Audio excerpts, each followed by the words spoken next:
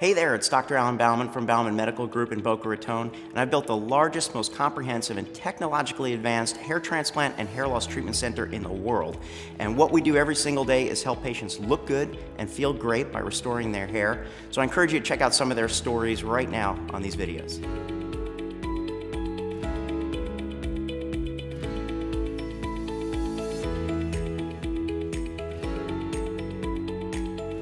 Well, my full name is Misty Muncie, and my nickname is usually Smurfette Millette because it rhymes.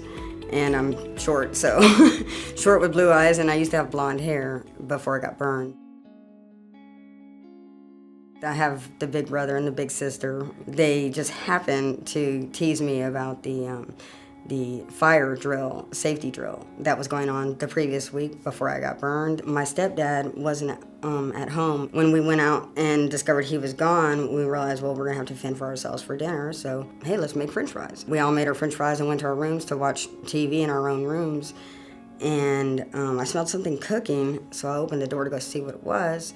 And that's when the smoke alarm went off, and I saw all the smoke in the house. My brother opens his door, and he comes out because he hears it. And so we both ran to the kitchen to, assess the situation, obviously, and take care of the fire because we knew it was a fire. And as I'm coming back to make sure, my path is clear, I see that it's about to not be clear. And he doesn't see me. He's like this, and he's running, and it's sloshing.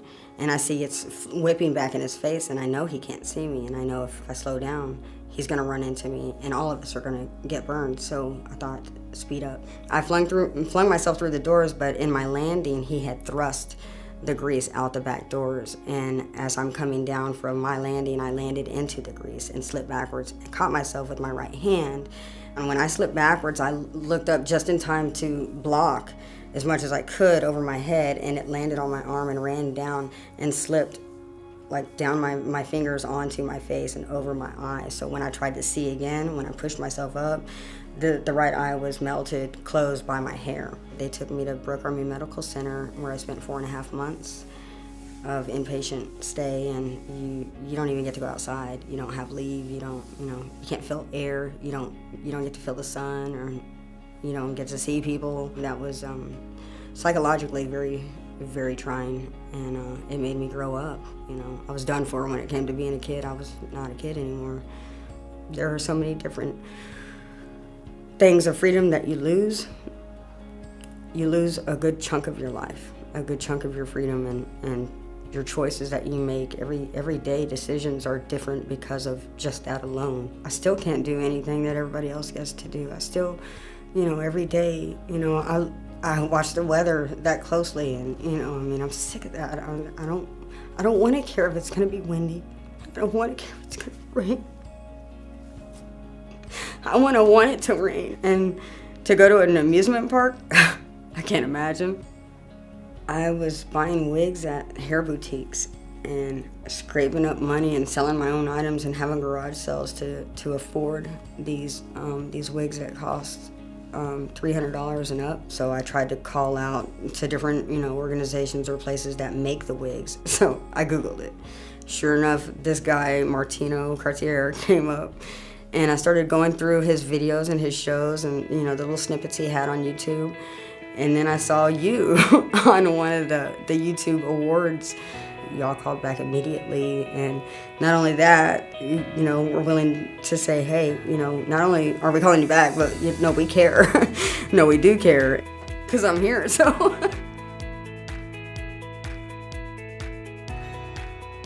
I didn't think that, I would get a call back, like I did, because a lot of people had blown me off, and just, they pretended like, I'll get back to you, and then they never did. But y'all called back immediately.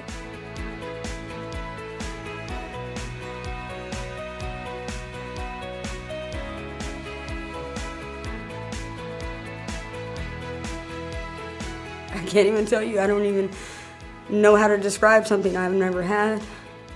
I mean, how do I explain that? It's a life I haven't got to live yet. I can start living.